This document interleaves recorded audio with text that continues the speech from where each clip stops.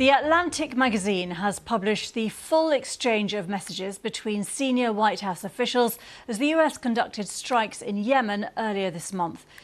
The magazine's editor, Jeffrey Goldberg, was accidentally added to a chat on the encrypted app Signal in a major security breach. The magazine initially did not publish the full details of the group chat, saying it didn't want to release classified information. Let's just get a flavour of some of those messages. For example, at 14:10, more F-18s launch, second strike package. 14:15, strike drones on target. This is when the first bombs will definitely drop. 15:36, F-18 second strike starts. Also, first sea-based Tomahawks launched. Well, earlier, President Trump's national security advisor, Mike Waltz, said he accepted full responsibility for the security breach. And the House Select Committee on Intelligence has been questioning national security chiefs in the last hour. The director of the US National Intelligence, Tulsi Gabbard, has been asked about her testimony at yesterday's committee following the Atlantic's full release today of messages on Signal. So it's your testimony that less than 2 weeks ago, you were on a Signal chat that had all of this information about F-18s and MQ-9 Reapers and targets on strike, and you in that 2-week period simply forgot that that was there. That's your testimony? My testimony is I did not recall the exact details of what was included there. That was not your testimony. Your testimony was that you were not aware of anything related to weapons packages, targets, and timing. As the testimony yesterday continued on, there were further questions related to that, where I acknowledged that there was conversation about weapons, and I don't remember the exact wording that I used, but I did not recall the specific details that were included. Director Gabbard, you've reasserted that there was no classified information. I think we can all agree that that information shouldn't have been out there. But let me ask you this. Are you familiar with the ODNI's classification guidance? I'm familiar with it. I've actually got a copy right here. If I read you a part of that guidance, I wonder if you could tell me what the level of classification indicated is.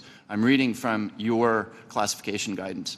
And the criteria is information providing indication or advance warning that the U.S. or its allies are preparing an attack. Do you recall what your own guidance would suggest that be classified?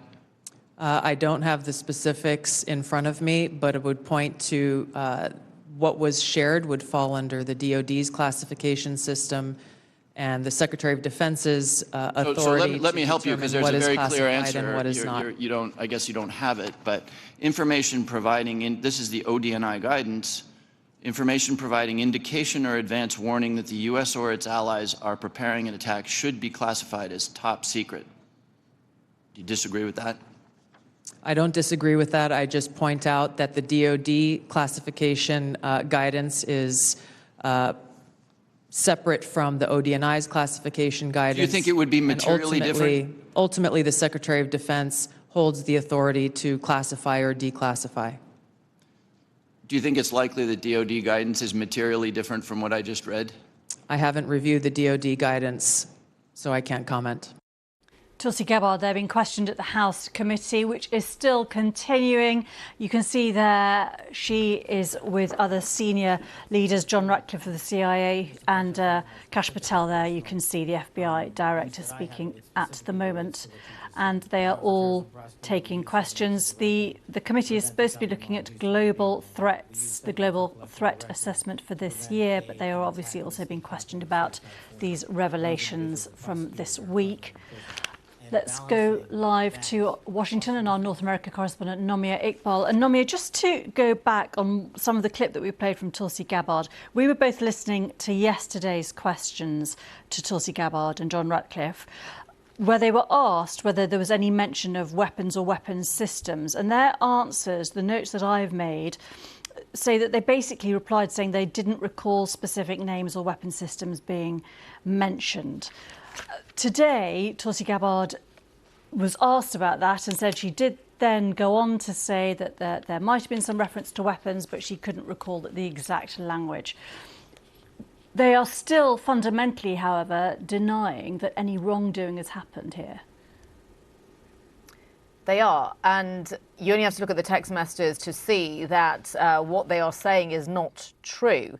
Because these messages, looking at them, that The Atlantic has published, the leaked military strikes chat, show Defence Secretary Hegseth sharing precise airstrike plans, timings, targets, mission updates. It covers everything from F-18 launches to drone strikes. You've got timestamps on it, which you read out earlier. Mission confirmed at this time drones on target. And earlier I was speaking to Glenn Gerstle, who is a former general counsel of the National Security Agency. He served under President Obama and President Trump. And I said to him, what do you make of this? And he said, look, these texts, they could have been just declassified afterwards. We don't know if they were. The Trump administration hasn't said anything, but not at the time. You're talking about an imminent military action, he said, involving American troops. That is classified. That is classified information. And so they are, again, being asked about it today. And I just want to give you an update from John Ratcliffe, the CIA director. He's saying he's still adamant that he did not share classified information. Tulsi Gabbard is saying that the Signal message app in which they were using, the commercial app, comes pre-installed on government devices. Going back to Mr. Gerstle, when I asked him about Signal, he said generally it's not used on government devices. And so much of that is because it's not a secure network at all. And just also to let you know, Geeta, I said to him, look, the White House is saying that the strikes were successful. And that is a way of responding to the concerns about the breach of national security. But he said to me, the issue isn't really about the strikes and that nothing went wrong. To quote him, he said, it can't possibly be the case that the test of if a communication is appropriate or not is that something bad didn't happen. OK, Nomia, we'll leave it there for now, but we'll be back with you as this committee continues today.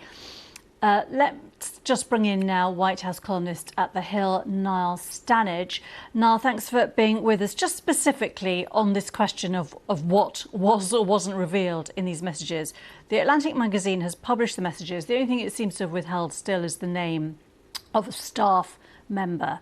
But the messages do mention timings of the attack, which seem to be in real time, and weapon systems. And that is something that both the CIA director and Tulsi Gabbard seemed to broadly deny had been mentioned. They certainly said they didn't recall details of weapons or weapons systems being revealed in the chat. And whether this is classified or not, the point is, if any other country or group was able to read into these messages, does that pose a risk to US national security and those involved in this mission?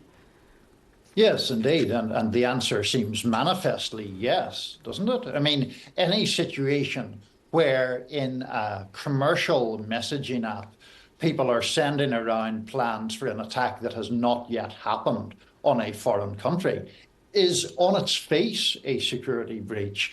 And I was listening to what your other correspondent was noting correctly about this debate about what was classified and what was not. One does wonder if the Trump administration people are taking refuge in a rather lawyerly phrasing, which does leave open the possibility of information being declassified after the event. That does not, to my mind, or in the opinion, I think, of any fair-minded person, mitigate the actual risk at the time. And we've been hearing John Ratcliffe giving evidence, saying, criticising the Atlantic journalist, who he says, quotes, intentionally intended to indicate he transmitted classified information in the chat, and he denies that he transmitted classified information. I think the question for so many people now is, what happens next? We've heard from Trump clarifying that maybe they will look again at the use of Signal. But there's obviously a lot of conversation at the top levels of all governments that can be very dangerous if they fall into the wrong hands. And can the American public have confidence about confidentiality at the top of the administration at the moment?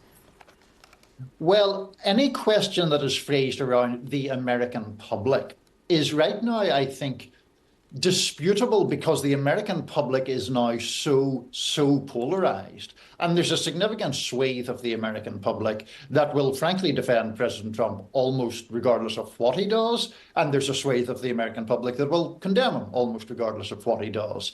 But in terms of whether there should be confidence, it's hard to have confidence whenever there's a lapse involving someone bringing a journalist onto a group chat of this level of sensitivity, and nobody seems to notice he was there. Nobody asks questions about who the unidentified person is, and these extraordinary details are discussed. Just briefly, Geeta, I would add, I'm not hearing any real possibility of there being firings over this, at least in the short term, because President Trump tends to regard anything like that as a capitulation to the media, and he's loath to do anything that appears to capitulate to anybody, particularly the media. And just finally, the US Vice President J.D. Vance has responded also to the Atlantic story, saying that the journalist, quotes, oversold what he had.